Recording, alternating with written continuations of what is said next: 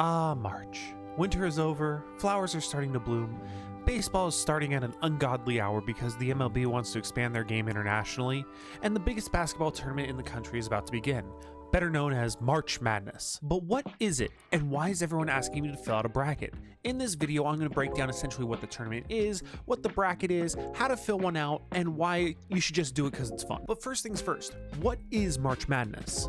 March Madness is the largest collegiate basketball tournament held in the country by the NCAA. The entire tournament is a single elimination game, basically meaning if you lose, you're out. The first one was played in 1939. Currently, it now has 64 teams in the main tournament. That started in 1985. However, the tournament starts with 68 teams. The first round of the tournament is called the First Four. This is going to decide the last four seedings of the tournament. Two teams are basically competing to get one of the final spots. Now, the First Four takes place a couple days before the tournament actually begins, so a lot of people don't fill their brackets out until the day before or the day of before the first tip-off. So how do they even decide who gets to play in the tournament? They have a smaller tournament within the conferences. Think SEC, ACC, Big 10, Big 12, all those big power conferences, even down to the lowest one like the Big West.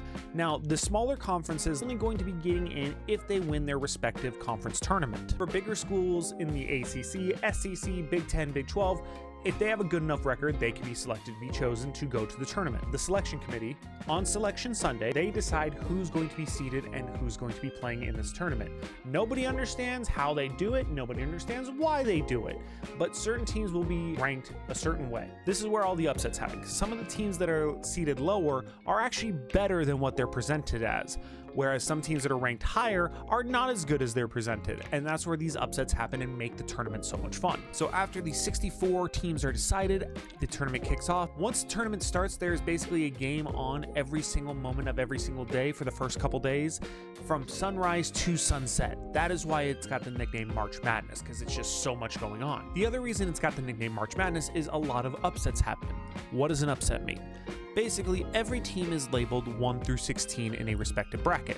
If a lower seed team beats a higher seed team, that's considered an upset, and that happens quite frequently. This leads to the most fun part of March Madness, building a bracket. Now, some people do this with friends, co-workers, just online for fun, what have you, but basically the idea is to create the perfect bracket. Now, this has never been done before in the history of college sports. People find it intimidating to create a bracket because they think they have to know everything about basketball, and yes, that does help. Having some general knowledge about college basketball is definitely going to help, but it is not the end-all be-all. So maybe even ask at your work if you want to create a bracket or you want to give it a try yourself, just kind of get your feet wet. Keep watching. I'm going to show you exactly how to fill it out, what you're looking to do, and everything like that. If you take a look at your bracket, you're going to see that there's a few different divisions. There's South, East, West, and Midwest. Now, this usually they try to keep the teams as close as possible to their region, but obviously you see here like Michigan and UC San Diego are in the South. That's not really accurate. So it's not a perfect system, but that's what they try to do. With this, you're going to try to predict who's going to win each game. The hardest part about March Madness is that upsets happen. Now, it's very, very rare that a 16 beats a 1 seed. It's only happened one time in the history of the tournament, but upsets do happen, and that's what makes this so hard. The closest anyone's gotten to predicting a perfect bracket was Greg Neal. He predicted the first 49 out of 63 games. That is the closest anyone's gotten. So looking at our bracket here, knowing that a 16 has only beaten a 1 one time, it's a pretty safe bet to pick that number 1 seed to win that game. Then you want to go through each and every other pick and make those picks. So if we go through each and every matchup, you'll also find this little preview button. So if you just have no idea, like I am completely in the dark, I don't know anything about these colleges, a lot of these websites, ESPN, CBS, anyone who's really doing a legitimate bracket challenge, they'll have something like this where it kind of breaks down each matchup and show you what the numbers are showing, analytics, experts, everything like that.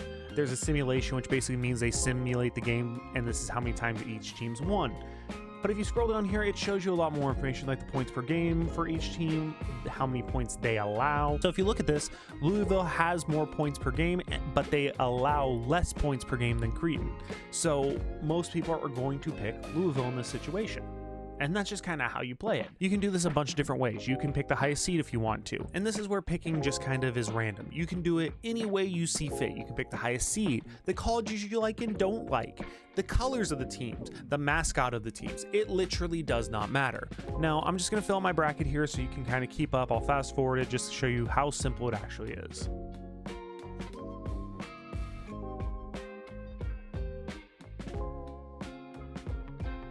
All right, so now we have picked the round of 64. We're now looking at the round of 32. So let's keep going.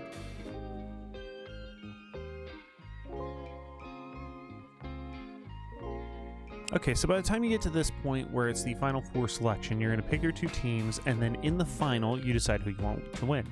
I'm a Duke fan. I like Duke. I'm going to pick Duke. Now, they need a tiebreaker here, so you need to decide how many total points are going to be scored with both teams. So you add up both scores, and that's going to be the number you put in here. So let's just say 152. Just throw it out there, and then all you're going to do is hit Submit Bracket. And you can create as many as you'd like. As you can see, there's a little create bracket. They'll give you a little confetti. As the tournament goes on, you're just going to watch and see how the games play out. That's literally all it is. And whoever has the most right predictions is going to win that bracket. And that's the video, guys. I just wanted to show how easy it is to participate in this great American tradition. So make sure you go fill out a bracket. If people are asking you to do it, just have fun with it. Don't take it too seriously. And in the meantime, just enjoy watching some basketball. I'm going to be covering the tournament here, so make sure you leave a like, comment, and subscribe to this channel to follow with everything going on. And until the next one, have a good one.